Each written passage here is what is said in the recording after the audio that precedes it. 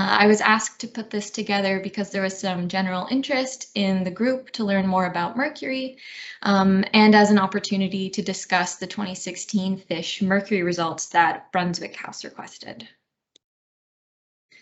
So an outline of the presentation today is we're going to start with some background on what mercury is. We're going to talk about methylation, bioaccumulation, and biomagnification, which are all really important processes when we're talking about mercury in aquatic ecosystems. And then we're going to go into the Brunswick House 2016 Mercury report, talk about the when, where, and how of that, and go over the results and compare a little bit with the rest of Canada. And then just lastly, we're going to go over what are the factors that control mercury levels in lakes and how might they be connected to forestry. So, what is mercury? Mercury is a heavy metal element. It's represented on the periodic table by the letters Hg, which you'll see people like me in this presentation use as shorthand. Mercury occurs naturally in rock and soil of the Earth's crust. The main way that it gets released and redistributed from soil and rock is when it's released into the atmosphere through anthropogenic activities, as well as natural disturbances like volcanoes and forest fires. About half of global mercury emissions come from humans, and the other half comes mostly from volcanoes. So the biggest human cause of mercury emissions is coal-fired power plants, followed by gold production, followed by smelting, cement production, and waste incineration. So as you can see, combustion is a common thread here, especially taking elements from underground that exist in relation with mercury and combusting them, which releases mercury as a gas. And then once mercury is in its gaseous form, it can travel through the atmosphere for miles and miles, which is how it can end up in remote places like the Arctic. So mercury, as I think we all know, can be very toxic. It can be absorbed through the skin, through mucous membranes, or inhaled as vapor. It comes in a lot of different forms, like the gaseous form that we were just discussing. And while gaseous mercury is toxic if you inhale it, you're not likely going to do that unless you're working in a dentist office or a gold mine or somewhere where you're actively handling mercury. Actually, the type of mercury that most often causes problems in ecosystems or for human health is the most toxic form, which is organic mercury, most often methyl mercury. So methyl mercury is represented on this slide here. This big gray circle represents mercury, and this other part is a methyl group. And in case anyone's an organic chemistry fan, a methyl group is a carbon with 3 hydrogens attached to it. And I'm going to talk just a little bit more organic chemistry and explain the difference between organic and inorganic. So mercury on its own is inorganic. What makes methyl mercury organic is that carbon atom in the methyl group. So all living things are made up of carbon. We're all carbon-based organisms. So when mercury gains this carbon group and becomes organic, it's much more easily recognized and absorbed by living things like humans. So methylmercury, once it's ingested, is easily absorbed by the intestines and actually mimics an essential amino acid, which is what allows it to cross the blood-brain barrier and the placenta in pregnant women. A word that's sometimes used to describe methylmercury is proteinophilic, which means loving proteins, because methylmercury binds very tightly to proteins, and because it mimics an amino acid, it's not readily eliminated by our bodies. So it's eliminated very slowly and stored over time. So how does inorganic mercury become methylmercury?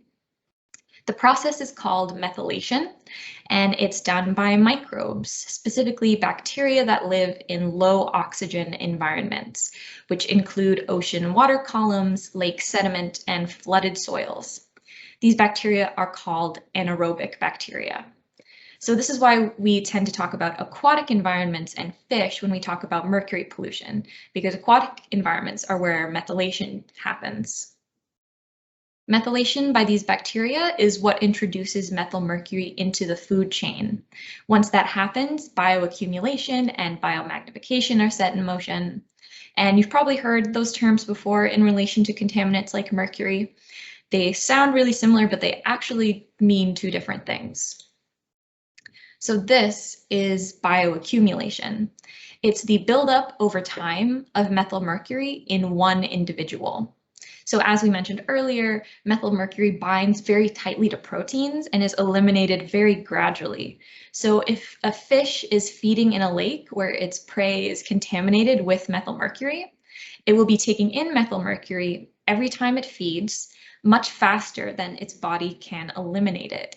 So the methylmercury bioaccumulates in that fish over time. And I wanted to mention here that animals do excrete some mercury from their bodies over time. In mammals, some mercury actually gets deposited in hair rather than muscle or organs. And so when that hair is shed over time, they can lower their mercury levels a little bit. But the biggest drops in mercury levels in an individual happen in female mammals when they give birth, because unfortunately, a lot of their methylmercury gets transferred to their offspring through the placenta. And similarly, fish also lose mercury during spawning. And so this is biomagnification, which is actually the result of bioaccumulation. Because methylmercury doesn't really go away, when you eat a fish, you receive the mercury essentially of every fish that fish ever ate. And I know that sounds sort of confusing, so let's try to go through an example. So every plankton that an invertebrate eats carries the methylmercury of every bacterium that plankton ever ate. So let's imagine that every individual bacterium methylates 1 molecule of methylmercury. So if one plankton ate 10 bacterium in its life, it now has 10 molecules of methylmercury. If an invertebrate eats 10 plankton in its life, it now has 100 molecules of methylmercury. And it continues like that up the food chain, to the point that it's not hard to see how top predators like beluga in the Arctic have been found to have methylmercury concentrations 1 million times the concentration in the water.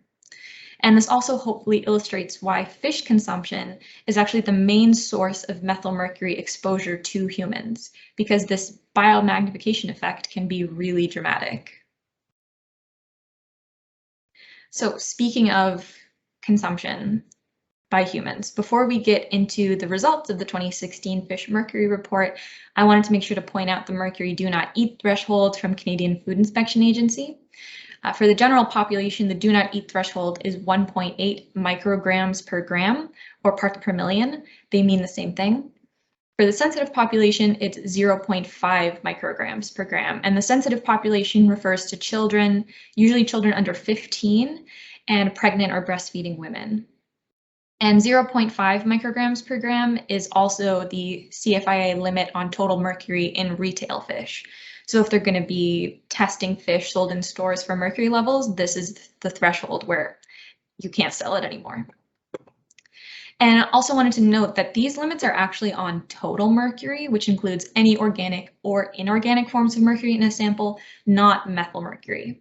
Most of the mercury in fish is going to be in the form of methylmercury, but it's actually easier and more common to test for total mercury.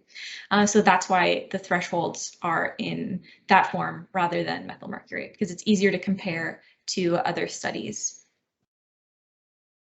So now let's get into the 2016 mercury level report. So about 5 years ago, Brunswick House First Nation requested the testing of fish from local lakes for mercury and other heavy metals like arsenic and lead, as well as PCBs. The Ministry of Environment and Climate Change collected fish from 3 lakes in early November 2016, and the fish were then analyzed for contaminants, and the results were sent to BHFN on February 15th, 2017. So this is the information that I could find on how each fish was analyzed for contaminants and specifically for mercury concentrations. The length, weight, and sex of each fish was recorded, and a skinless, boneless dorsal fillet was taken for analysis. These samples were analyzed for total mercury in micrograms per gram and in wet weight. Mercury concentrations can be presented in wet weight or dry weight, depending on if the sample is freeze-dried prior to analysis. And dry weight concentrations tend to be a little bit higher because they don't include the weight of the water that was removed from the sample. And I'm only presenting those kind of details because they're important when if you're gonna compare these results to other studies, to make sure that you're comparing wet weight to wet weight and total mercury to total mercury. So these are the 3 lakes where fish were sampled from in 2016: Handclasp Lake, NEMEGOS Lake, and Sideburned Lake. And these are the results that were presented in that report. So for Handclasp Lake, you can see that they collected 7 northern pike and 2 walleye. They recorded the length of the samples here, and then they presented mercury as a range. So the lowest levels of mercury that they found to the highest. And then they also have recommendations here for how many meals per month the sensitive population and the general population should consume of these fish. And we're going to get into the advisories a little bit more later. So you can see for Handclasp Lake, mercury northern pike ranged from 0.19 to 0.47 micrograms per gram, and in walleye it ranged from 0.23 to 0.29.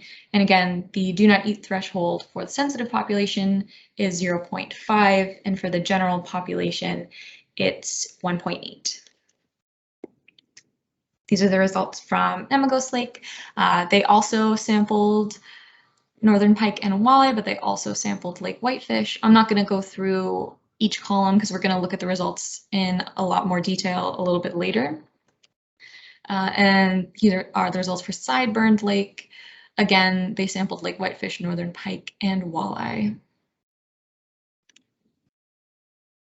So now we can look at the consumption advisories. Advisories are based on the length of the fish. Because of bioaccumulation, length and age, fish that are longer, who are older, have higher levels of methylmercury. So the upper row of the advisory table, where there's no shading, shows the limit for the general population, and the lower row shows the limit for the sensitive population. The number that appears in the consumption advice box represents the maximum number of meals of that size fish from that location that can be consumed per month, provided that fish are not consumed from any other category. Consumption advice is based on an average meal of 8 ounces for an average-sized adult. If the meal is substantially more than 8 ounces of fish, then you should consume fewer than the recommended number of meals. And the Guide to Eating Ontario Fish has a lot more information for keeping track of your fish consumption. So here are the advisory tables for all 3 lakes. You can see for northern pike, when you get up into the larger fish, the advisory number becomes quite low for the sensitive population. For Sideburned Lake, it actually goes all the way down to 0 for the largest pike. So recommending 0 northern pike of this size per month for the sensitive population. For walleye, it's actually slightly smaller fish. There's a consumption advisory of 0. And for NEMEGOS Lake, there's very similar results of sort of like medium-sized walleye, consume 0 per month if you're in the sensitive population. And for large northern pike, again, consume 0 per month if you're in the sensitive population. So I thought it would help to interpret the results a bit to have a point of comparison. So this study was published in 2013, and it compiled the mercury concentrations of 104 freshwater fish species from lakes across Canada. And so I averaged the results from the Chapleau lakes for each fish in this table to compare to the averages from the Canadian Fish Mercury database that was created as part of that study. What's notable is that Lake Whitefish is actually a little bit higher in Chapleau than it was in the database. But of course, you can see that there's a massive difference in the sample size in all these cases. However, if you look at northern pike and walleye, the results are actually pretty similar. For Chapleau lakes, the average across all three lakes for northern pike was 0.34 micrograms per gram. The average for northern pike across all of Canada was 0.38. And if you look at the average length of the fish, they're also pretty similar. And walleye as well, the average for Chapleau was 0.43 micrograms per gram. The average for all of Canada was 0.41. And once again, the average length was really similar there as well. So that might have something to do with why the results are so similar.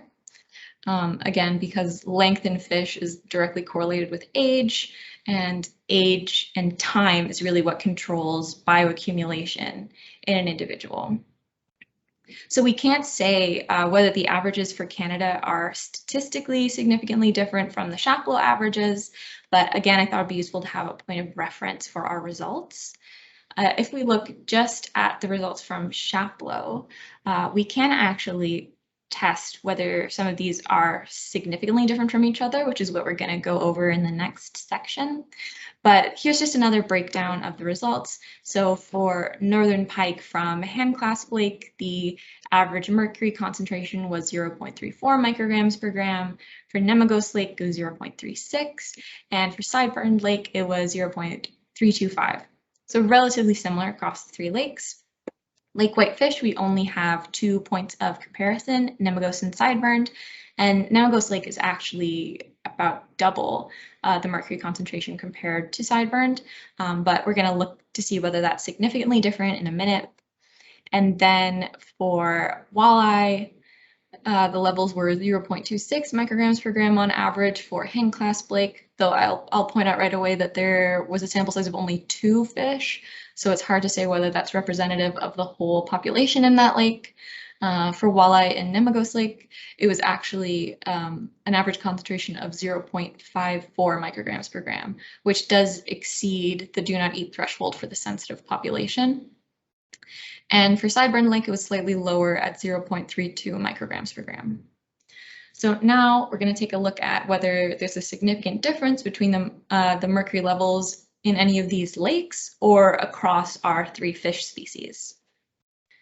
So if we combine the data from all the lakes for each species and compare the fish, we can see that Lake Whitefish is a little bit lower than northern pike and walleye, which does make sense since whitefish are typically at a lower trophic level than walleye and pike. They're lower on the food chain. And I know that northern pike do eat lake whitefish. So it makes sense that they would be higher in mercury, again, because of that biomagnification. And just a note on how to interpret these graphs. The letters dictate whether a group is significantly different. So if they have the same letter, like in this case, walleye and northern pike both have the letter A, they're not significantly different from each other. Lake Whitefish with the letter B is significantly different from both northern pike and from walleye. So again, this is an average across all 3 lakes comparing our 3 fish species. If we look at just NEMEGOS Lake, we see that walleye is the highest and it has the letter A. Northern pike also has the letter A, so it's not significantly different from walleye, but it also has the letter B, which means it's not significantly different from Lake Whitefish either. So we can say here that Lake Whitefish in NEMEGOS Lake is significantly lower than walleye, but it's not significantly different from northern pike. And northern pike and walleye aren't significantly different from each other either. If we look at just Sideburn Lake, the results are similar to the average. Northern pike and walleye, not significantly different from each other. Lake Whitefish, significantly lower than both. If we look at just northern pike and we compare across the 3 lakes, we see that there actually is not a significant difference in northern pike across our 3 lakes. So that suggests that there's nothing really different happening in those 3 lakes. The mercury levels in northern pike are pretty consistent. However, if we look at Lake Whitefish, and we only have 2 lakes to compare to them, we see that the levels of mercury in Lake Whitefish are actually significantly lower in Sideburned Lake than they are at NEMEGOS Lake. And if we look just at Walleye, similarly, Sideburned Lake is significantly lower than NEMEGOS Lake, and Handclasp Lake is also significantly lower than NEMEGOS Lake for mercury levels in walleye. But again, I believe Handclasp Lake was the example where there were only 2 walleye, so take that with a grain of salt. But sort of generally, we see that for walleye and Lake Whitefish, the mercury levels in NEMEGOS Lake are a little bit higher than Sideburned. So now that we've looked at some of that variation in our data, let's talk about what factors control mercury levels in lake ecosystems and what might cause certain lakes to have higher mercury levels than others. So there are quite a few of these factors. We're going to go over each of them briefly in the following slides. But first of all, there's lake size and lake temperature, which are related. Smaller lakes warm up in the summer more than large, deep lakes do. There's also food chain structure, growth rates, and lastly, land management or disturbance pattern, which was where we can make the connections between aquatic mercury and forestry. So first of all, size and temperature. As water temperature increases, the rate at which mercury is methylated increases. As water temperature decreases, mercury demethylation rates increase. So warm lakes have more methylmercury being created and less methylmercury being destroyed through demethylation. Bodley et al., who studied mercury concentrations in fish from lakes in northwestern Ontario, found that mercury concentrations were inversely related to lake size.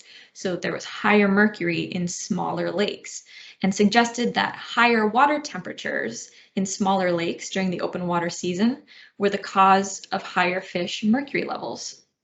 They also found no lake size related variation in the mercury concentrations in benthivorous fishes, so fish that feed at the bottom of the lakes, which could be attributed to the fact that the temperature at the bottom of a lake stays pretty constant year-round.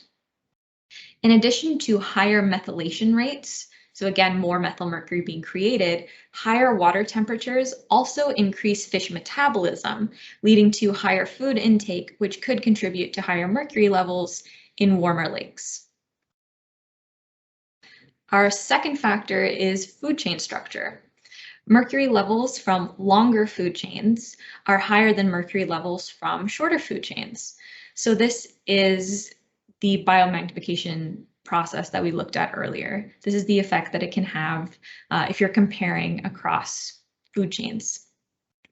If mercury levels increase at every step in the food chain, which is biomagnification, for instance, if they were to double, like in this hypothetical example, then the more steps, the higher mercury levels will be in predators like this lake trout.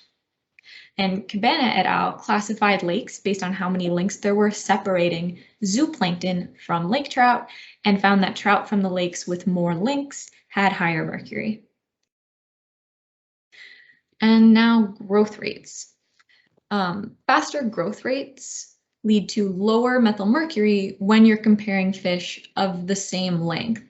So in 2 fish of the same length, the one with the slower growth rate must be older. Again, because fish are indeterminate growers, so they get larger as they age, sort of like linearly.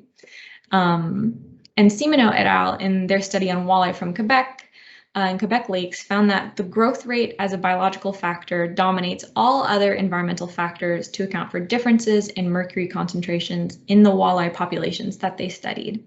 So again, if you keep length constant, then faster growth rates, so a younger fish are related to lower mercury levels. So in the next section, we're going to talk about how land management impacts aquatic mercury levels, though I thought it would be helpful to first discuss how something happening on the land affects what's going on in the water. a study that was published by Obrist et al. In 2011 that looked at mercury levels in biomass, leaf litter, and soils across 14 forests in the US found that mercury in biomass, like the foliage on this tree, comes almost entirely from the atmosphere. So mercury that's emitted from volcanic eruptions or by coal-fired power plants. When leaves fall off the tree, they join the litter layer and eventually decompose into surface soils, which is where the highest levels of mercury were observed in this study, in the litter layer / surface soil. There is a well-established link between organic matter, again like these leaves, and mercury levels in soil. Soils that are rich in organic matter have a lot of carbon, and studies have shown a positive correlation between carbon and mercury. This study by Obrist et al. Suggests that old carbon-rich soil and litter layers sequester atmospheric mercury deposition over long periods of time. And a 2003 study by GRIGAL demonstrates this connection between carbon and mercury on a much larger scale. So in 2003, when the study was published, 144 tons of anthropogenic mercury was emitted annually by the lower 48 US states. At that time, 30,300 tons, or equal to 210 times the annual emissions, were stored in the forests of those states. And of that amount, 20 times those annual emissions were stored in peatlands alone, which make up less than 2% of the total land area. So this illustrates how forests are a really important sink for mercury. And if climate change affects carbon storage, it will likely indirectly affect mercury storage as well. To summarize and to bring us back to aquatic environments, terrestrial systems can be massive sinks for atmospheric mercury, but they can also be indirect sources to aquatic environments via runoff. This paper by Soo Kim et al. Compared the impact of all these types of land development on mercury storage. Now we know that undisturbed forest is an effective sink for mercury. So in this example, if 10 units of mercury are emitted from the atmosphere into undisturbed forest, 5.8 of those will be stored in the forest, 3.6 will be emitted back to the atmosphere, and only 0.6 will enter aquatic environments through runoff. If 10 units enter a landscape affected by forestry, the runoff is actually close to double, and only 1.4 of those units will be stored in that landscape. And even less is stored if you're looking at an environment affected by urbanization. And mining is actually a net source of mercury. So it doesn't just reduce the mercury storage of the environment, it releases pretty enormous amounts of mercury into the atmosphere and into aquatic systems through runoff. So mining is really the biggest source here on this slide. But we're going to look a little bit more specifically at forestry in the next couple slides. So this study by Garcia et al.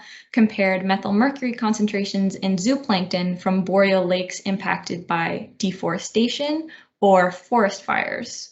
And this is their study area, this little blue dot here in Quebec. So you can see it's pretty much right across the border from our Northeast Superior region. And as the title suggests, some of the lakes they looked at were impacted by forest fires and some were impacted by deforestation. And I wanted to read the description of the deforestation from their methodology so that you all know exactly what they mean by that. So the way they described it was clear cuts of the CPRS type, which stands for cut with protection of regeneration and soils. Cut block size generally ranged from 5 to 50 hectares, but occasionally reached 200 hectares with 20-meter buffer strips fringing permanent streams, lakes, and wetlands.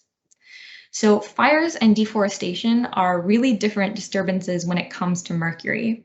Both of them lead to increased runoff, but fires also reduce the amount of mercury stored in the topsoil by releasing it into the atmosphere. So like we talked about when we were going over the various sources of mercury, Forest fires are one of the main natural sources of mercury to the atmosphere because when they burn that top litter layer, that mercury gets released up into the atmosphere.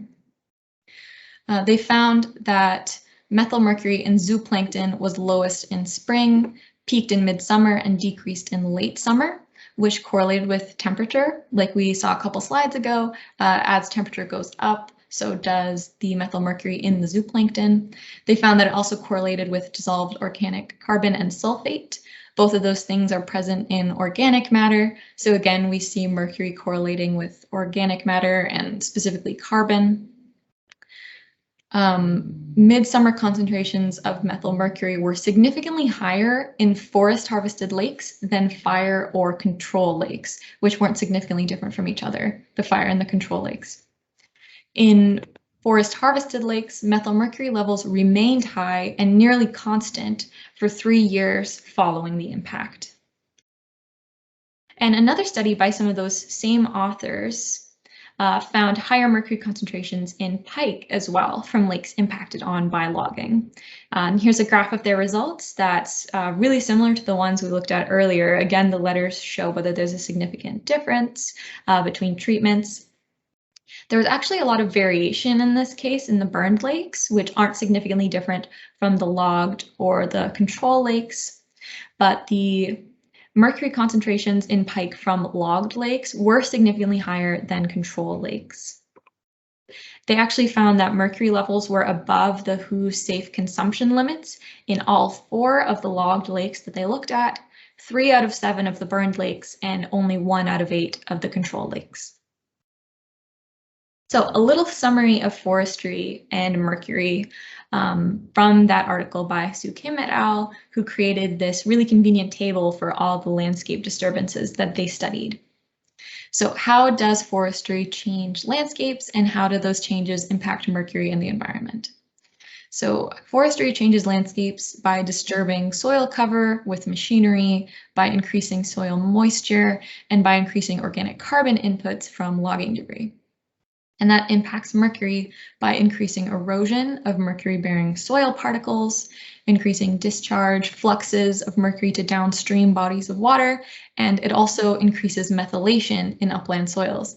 Because like we talked about at the beginning of the presentation, methylation happens in aquatic environments, which can include flooded soils, and forestry increases soil moisture by removing trees and thus removing evapotranspiration of water from the soil.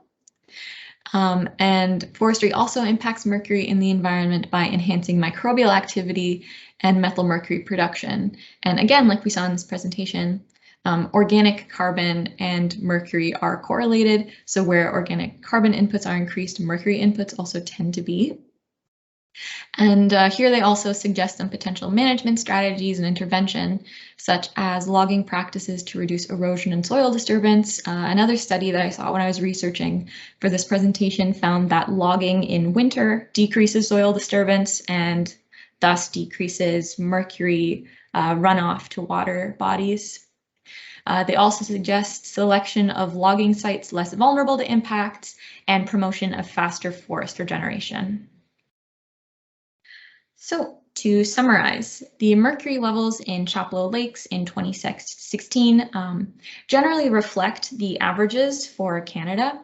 Levels were slightly higher for whitefish, which may potentially suggest a difference in food chain structure, but we don't have a lot of evidence for that right now.